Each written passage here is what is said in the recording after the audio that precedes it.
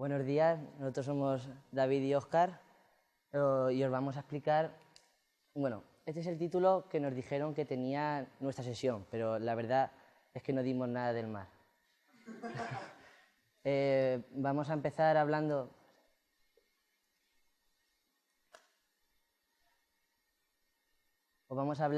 Óscar os va a hablar de lo que es la visión, que primero hablaremos un poco de lo que es la visión humana, que es, hablando de eso, de la única forma de la que podemos entender cómo funciona la visión artificial.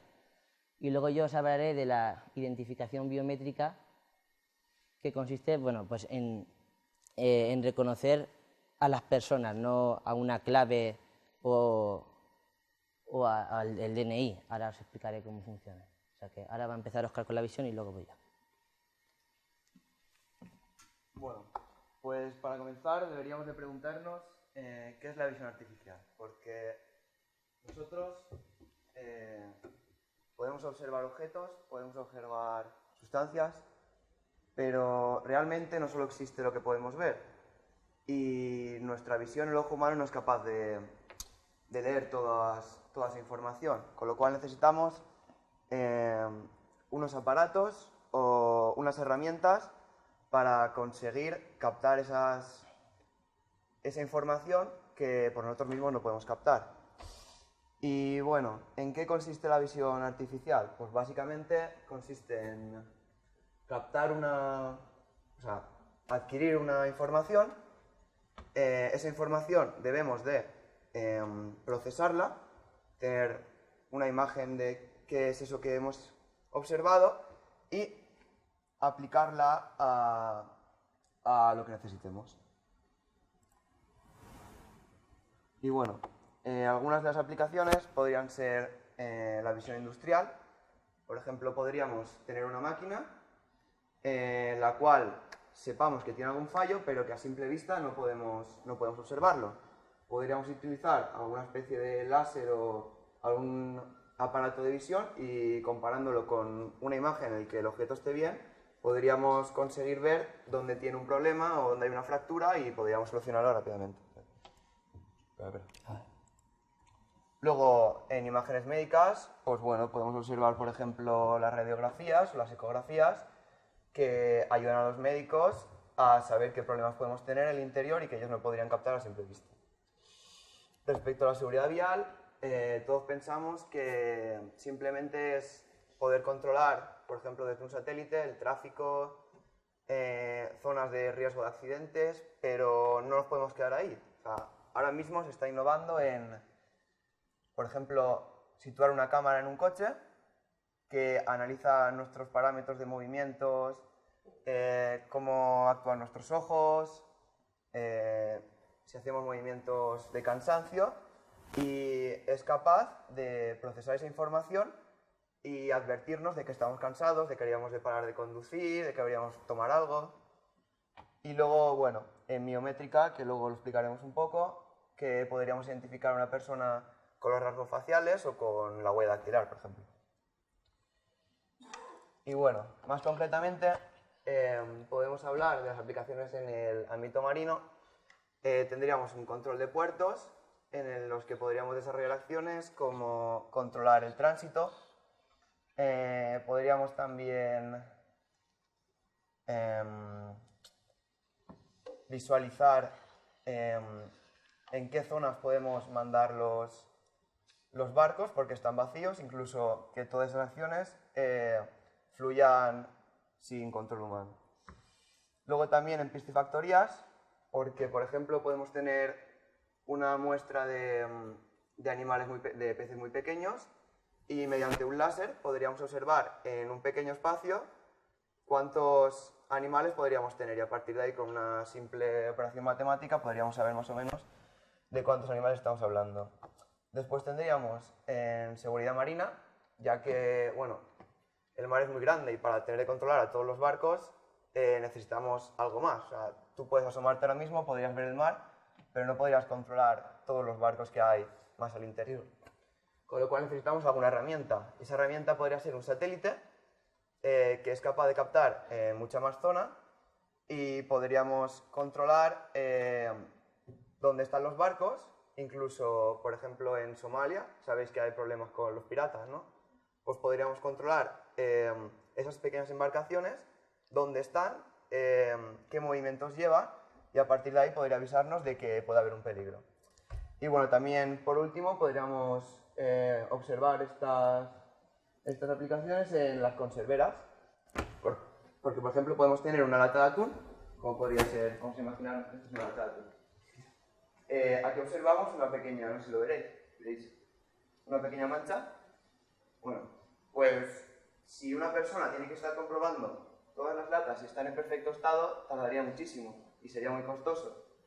Y por lo tanto tenemos que buscar una especie de máquina o algo que pueda hacer este trabajo. Mediante un láser podemos detectar que aquí hay una zona en la que, por ejemplo, no habría atún, y por descarte la máquina iría descartando esas latas que no nos interesan. Y bueno, ¿cómo se representan las imágenes artificiales? Pues podemos básicamente dividirlas en dos.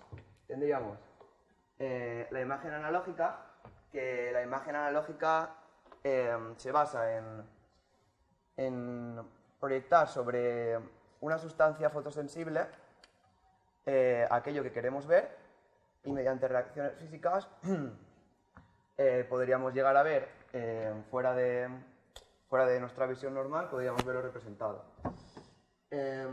Para daros un ejemplo, esto podría verse en las cámaras antiguas. Ya hace unos años que las utilizamos, en las que teníamos que ir a revelarlas y se hacía mediante productos químicos. Lo bueno que tienen estas imágenes es que al no estar formadas por pequeños puntos, sino por moléculas, la diferencia entre una y otra es muy... O sea, podemos captarlo con mucha precisión. Y luego en las imágenes digitales se basa en captar una imagen y convertirla en unos números o unas operaciones. Es decir, no es algo físico, sino es más matemático. Y bueno, gracias a estas imágenes digitales,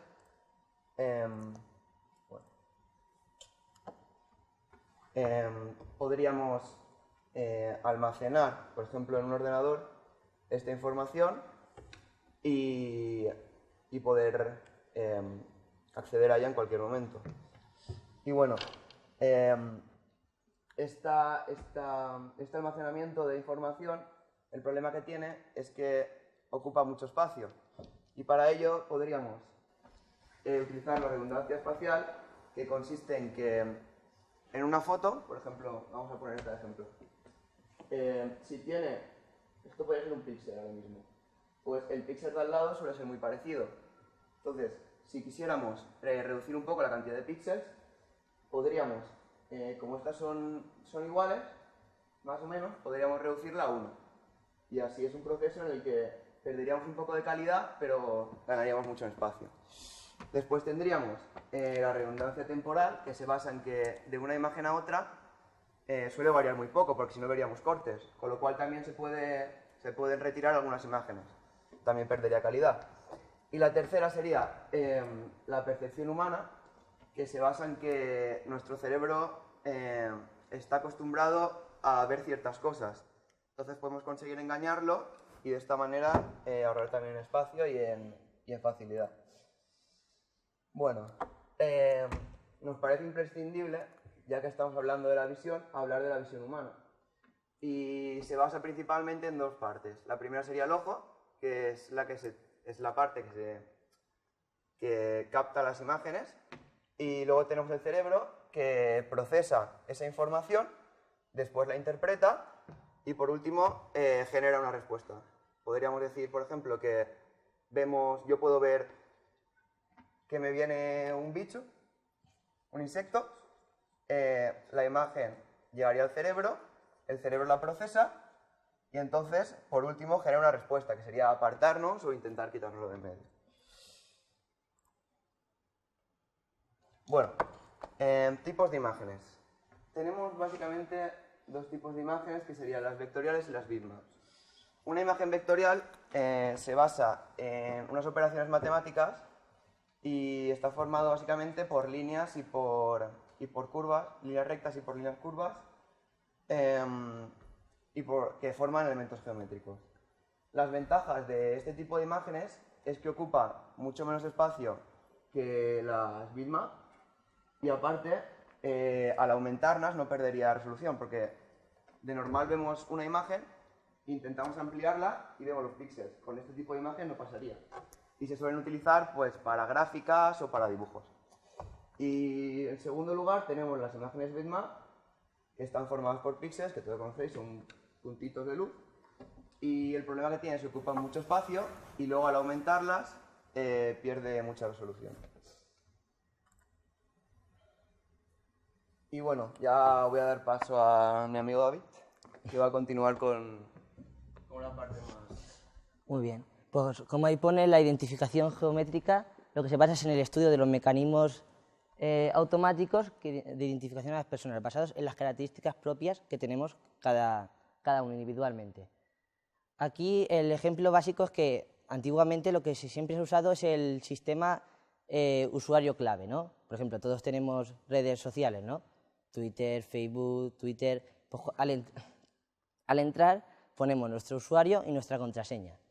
O por ejemplo también en los sistemas de sensores, seguro que todos hemos visto alguna película de estas de los espías que van ahí con su tarjeta, la ponen en el sensor y pasan. O por ejemplo, este es mi móvil, voy a hacer como que es mi tarjeta. Si yo la paso por el sensor reconoce esta tarjeta y mi usuario. Entonces yo pasaría. Pero si yo uso la de Óscar, el sensor no sabe que yo no soy Óscar.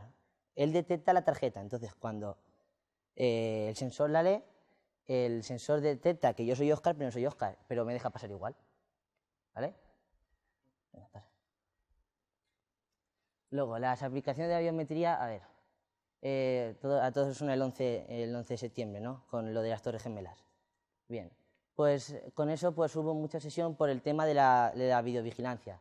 Mejorar los sistemas biométricos para poder detectar, pues, para poder vigilar a las personas. Luego, en los sistemas de reconocimiento, pues lo que he explicado, lo de los sensores con las tarjetas, pero detectando, pues, características nuestras. Y luego, pues, controles demográficos, pues son para, por ejemplo, si alguien se baja de un aeropuerto o un barco, pues hay una cámara en la entrada y en la salida que va detectando a la gente que va pasando. Entonces, se pueden hacer estudios de la gente que va más a un sitio, va más a otro. Luego, no, todavía no pases. Luego, una que nos explicaron también, que nunca la había oído, es la de la publicidad personalizada. Que hay en algunos centros comerciales, pues hay como un cartel de estos de publicidad y una cámara. Y pone, ponte la cámara y verás la publicidad que quieres ver. En realidad no adivina lo que quieres ver. Lo único que es que te hace un control, o sea, un estudio biométrico en el que calcula, o sea, tu edad y más o menos te pone, pues, no sé, si eres un chico y tienes 17 años, pues igual te pone algún anuncio de deporte o no sé, o de ropa también, y con las chicas lo mismo. Luego, los rasgos biométricos. Pues los rasgos biométricos son las características únicas que nos pueden ayudar a identificarnos. ¿Vale? Y estas son las características. O sea, todos los rasgos biométricos tienen que tener estas características. La universalidad significa que lo tenemos todo el mundo. Por ejemplo, todo el mundo tiene ojos. Entonces, es un buen rasgo biométrico. Luego, la capacidad discriminativa lo que quiere decir es que ese rasgo nos diferencia a todos, que sea único, nuestro. Luego, fácil adquisición. Hay algunos que no son de fácil adquisición, pero son muy buenos rasgos biométricos porque tienen muy buena capacidad discriminativa. Por ejemplo, ahora hablaré de ello, pero lo que es el iris es muy discriminativo, pero es de difícil, o sea, no es tan rápido como que te vea una cámara y te vea a ti y saque una foto, porque para el ojo tienes que ponerte en una cámara que te ve el ojo y tal, y entonces o sea, no es de fácil adquisición.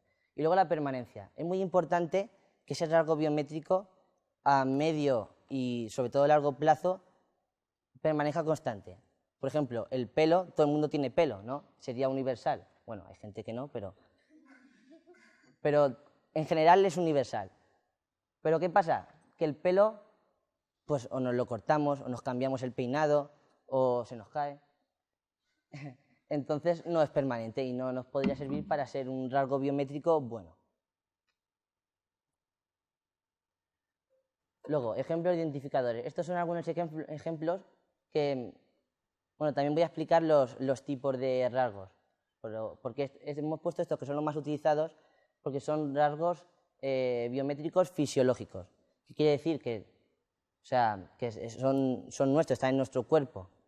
Y tenemos la huella dactilar, la geometría de la mano, reconocimiento de iris y patrón venoso de la retina. Hay algunos más, pero estos son los más importantes y los que hemos estudiado en el proyecto.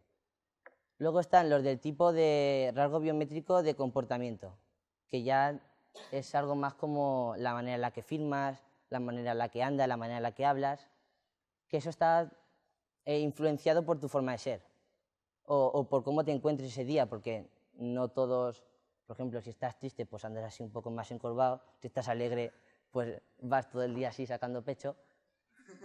Entonces no son permanentes, entonces no son tan buenos. Y luego aparte tenemos un especial que es el rasgo el rasgo biométrico de la voz, la biometría de la voz, que lo que hace es identificar tu voz, pero que es una mezcla entre fisiológico, porque tiene que ver con cómo tienen las cuerdas vocales, la cavidad auditiva, la boca y tal. Y luego también tiene un factor de comportamiento, porque lo dicho, si estás triste pues vas a hablar así un poco más triste, si estás alegre vas a gritar y te vas a reír y tal. Entonces, pues, los mejores son los de fisiológicos porque son permanentes. Vale, luego, lo que más nos explicaron fue el reconocimiento facial, que es en lo que se basaba básicamente la exposición. Aquí, como vemos, cuando nos ve la cámara, nos reconoce, ve la cara, lo que hace es unir estos puntos, que son, digamos, no todo el mundo los tiene iguales, son las facciones de nuestra cara. Digamos, lo más importante son estos de aquí, los de las cejas, el triángulo que forman los ojos con la nariz y la boca. Son los, digamos, más importantes. Los dos también, pero estos son más. Y luego las características es que es un método que no es invasivo, porque tú puedes andar por la calle o puedes estar en un aeropuerto o algo y te ve la cámara, te hace una foto, te graba y ya está. No tienes que ponerte delante de un sensor para que te vea el ojo y nada. Pero luego, ¿qué problema tiene? Que las caras presentan una gran variabilidad. Por ejemplo, esta foto está tomada de frente. Entonces, la distancia de los ojos con la nariz, sobre todo la de los ojos, es esa. Pero ¿qué pasa? Que la cámara ve en un plano. Entonces, si tú te pones de perfil, la distancia, nosotros vemos en 3D, entonces la distancia de los ojos nosotros la vemos igual. Pero una cámara, como ve en plano, así está en esta distancia, pero ahora está así. Entonces está más cerca, no te reconoce igual. Por eso la mejor forma de hacer un reconocimiento facial es que te haga la foto de frente. Luego, estas son las etapas de cualquier sistema de reconocimiento. A nosotros nos explicaron el reconocimiento facial porque era el que estábamos dando, pero se puede aplicar a todos. Se consta de dos etapas que a su vez están divididas en subetapas. La primera es el registro, que consta de, primero te tienen que hacer la foto, la adquisición. Y luego esa foto se almacena en una base de datos. Entonces, cuando llegan a la segunda etapa, que es el reconocimiento, esa foto está ya en la base de datos. Entonces, lo que primero hacen es, cuando ya estás ya has pasado una vez por la cámara, ¿vale? Has pasado, te han visto, y luego vuelves a pasar. Cuando vuelves a pasar, ya está en una base de datos. Entonces, primero te hace la foto. Luego, en la subetapa de la detección, lo que te hace es encuadrarte la cara en lo que es la foto, para reconocer solo la cara, porque lo demás no importa. Luego, en el registro lo que hace es, pues si ya has pasado varias veces por delante de la cámara y en una has pasado de perfil, en otra has pasado de cara, en la otra has pasado de otro perfil, lo que te hacen es reducir, digamos, el error que pueda haber. Lo que hace es intentar centrar la cara y buscar pues, lo que hemos dicho antes de la foto, que esté pues, encuadrada tal, de frente, para que sea más fácil la detección. Y luego la comparación, que compara la foto que ya tiene después de la fase del registro, la compara con la que está en la base de datos. Y así pues te pueden reconocer. ¿Vale? Pero luego todos los sistemas pues tienen errores. Aquí tiene dos errores, que está la falsa aceptación y el falso rechazo. La falsa aceptación es el porcentaje, esto tendría que estar en porcentaje de 0 a 100, ¿vale? Pero está de 1 a 0, no pasa nada. Lo que tiene que pasar, o sea, la falsa aceptación lo que quiere decir es que el programa te reconozca como otra persona, o sea, te acepte pues, falsamente, que no seas tú. Y el falso rechazo es que seas tú, pero el programa no te reconozca como tú, te reconozca como otra persona o simplemente no te reconozca. Entonces, aquí está la tasa de error igual, ¿vale? Que este es el punto en el que, o sea, dependiendo de que esto esté más bajo o más arriba, va a depender que el reconocimiento sea más preciso y mejor. Conforme esté más arriba, habrá más falsa aceptación y más falso rechazo. Por eso seguramente no te reconozca. Por eso lo que tenemos que conseguir es que esté más abajo. ¿Y cómo lo conseguimos? Pues aplicando la biometría multimodal. ¿Qué significa? Pues es que en vez de medir solamente un rasgo biométrico, mide 1, o sea, 2, 3, o los que sea. Para que de esa forma, conforme más rasgos haya que identificar, o sea, podemos, digamos, hacer como un filtro, ¿no? Por donde, o sea, cada vez habrá menos gente que no cumpla con digamos, lo que tiene la base de datos. Y al final, conforme más cerca esté... Pasa un poco para atrás. No, tío. Para atrás. Conforme más esté del umbral del 0, más precisa será. Pero de todas formas, por muchos rasgos que pongan, nunca va a llegar a 0. Siempre hay un margen de error, aunque sea muy pequeño. Y bueno, en conclusión, nos gustaría deciros un poco, vosotros podéis pensar, y si nosotros la mayoría sois de biología o de geología, ¿para qué nos sirve esto? Pues, como habéis observado, para los de biología podríais estar observando una cantidad de especies o las características de estas. En la geología podríamos observar el relieve o incluso llegar a saber desde el espacio qué tipo de materiales tenemos en la Tierra. Y con lo cual nos parecía bastante interesante que supierais un poco cómo podéis aplicar estos conocimientos a vuestras especialidades. Y bueno, aquí hemos hecho un pequeño ejemplo de cómo en 10 minutos podemos llegar a variar algunas características de una imagen digital. Y nada, esperamos que no se os haya hecho muy pesado y que os haya gustado.